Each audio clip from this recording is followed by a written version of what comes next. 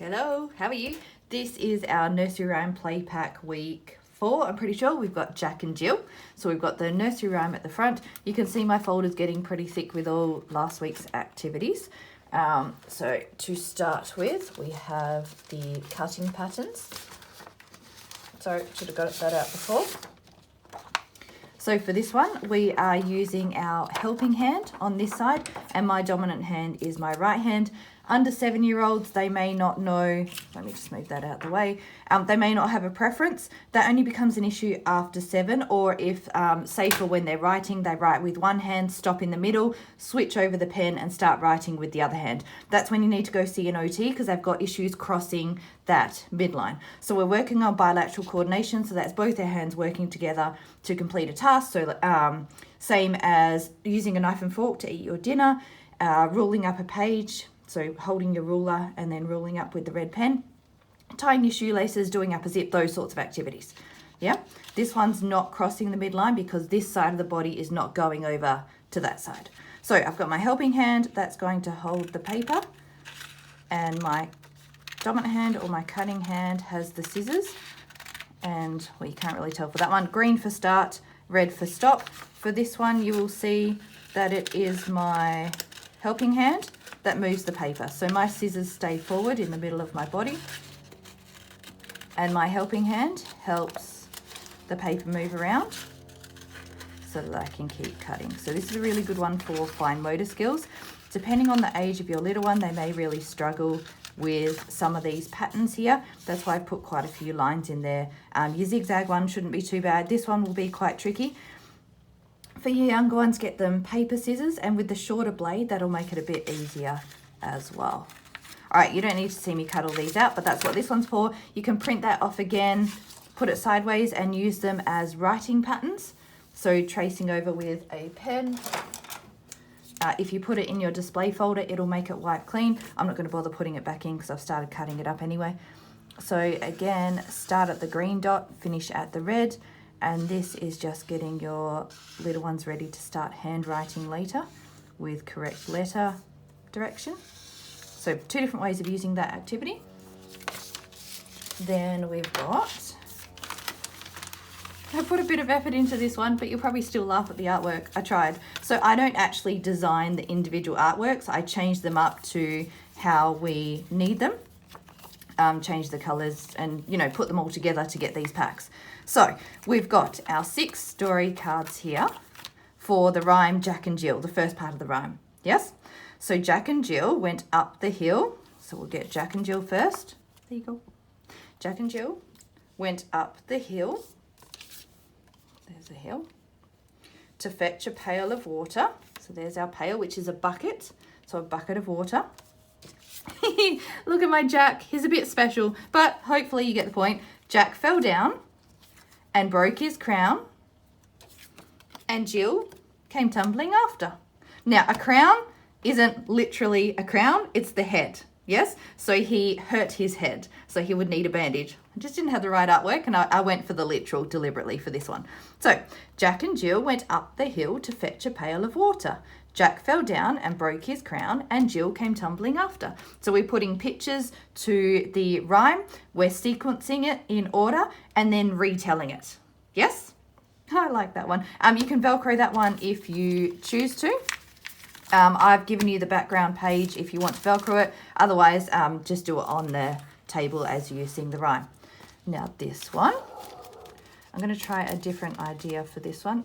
It takes ages to get the paper out. There we go. So I'm going to move my folder. Because my folder's so fat, I would normally do it in there and then wipe it clean, but yeah, it's just too fat at the moment. So I'm going to do it straight onto the paper. Now, my brilliant idea, sticky tape.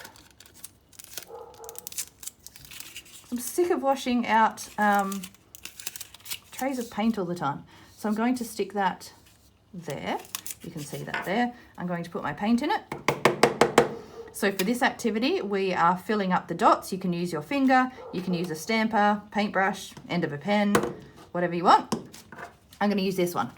So I think I got 4 different ones for a few dollars. All right, that's going to be really big for my dots, but I'll end up with a full bucket.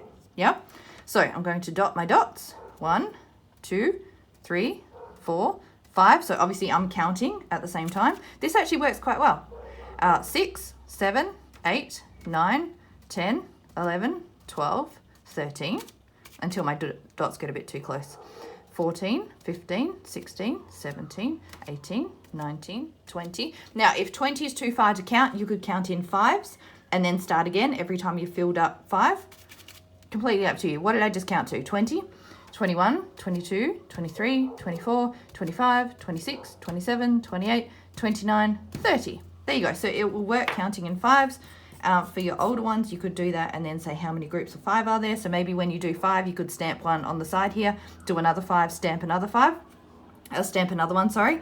I just want to make these activities as adaptable for different ages as possible. And that works well, having my patty pan, so I can just chuck that in the bin now. I don't have to worry about washing it. Still have to wash this though. So let me chuck this one out. That activity's done and this one's done. This one I wanted to show you, and I will keep this on the plastic. So we've got our bucket and it's a counting activity. So we've got our fish, which are numbered. You can use them with the numbers, or you can just ignore the numbers. That's completely fine. So where's my number 2? We can order them. 1, 2, 3, 4, 5, 6, 7, 8, 9, 10. Or we can just count them as is. There's a number of different activities, yes? But the fun part of this one, which I hope will work, so I've given you this as a template to cut out. We are then going to run just a sheet of laminate through the laminator. So I'll do that now. I'll chuck it on fast forward so you don't have to watch that. Is it going through? Yep, hang on. Okay, so I have my laminated, you can see it's gone clear now, piece of plastic. So we've got the sheet in the display folder. This one is going to be cut out as a bucket shape to go over here so that we can put the fish in the bucket. Yes? So I think I might just try cutting out without drawing it. Should be right. Hang on a sec. Okay, so we can throw away this bit. That was only a template. I've now got a bucket shaped clear bit, which I'm get the glitter off first. Sticky tape. So I'm going to use that to seal the sides of my bucket that keeps moving. Get off.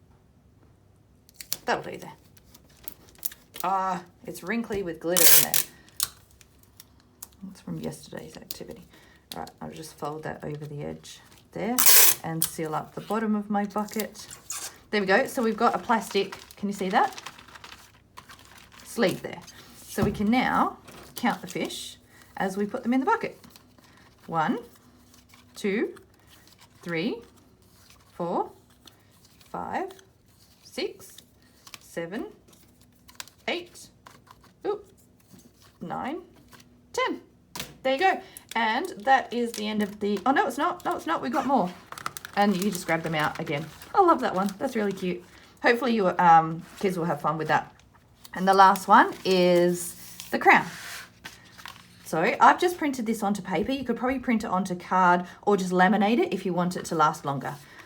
So that was on the page like that. So that's already been cut out.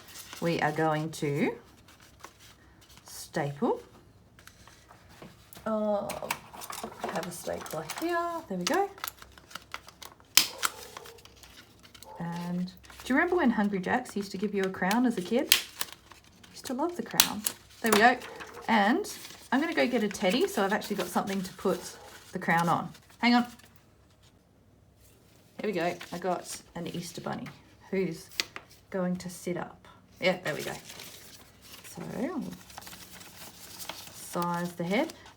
If your child has a huge head, like my daughter, just print off 2 of the sheets and join a 3rd strip together. That should do. So I've sized it there.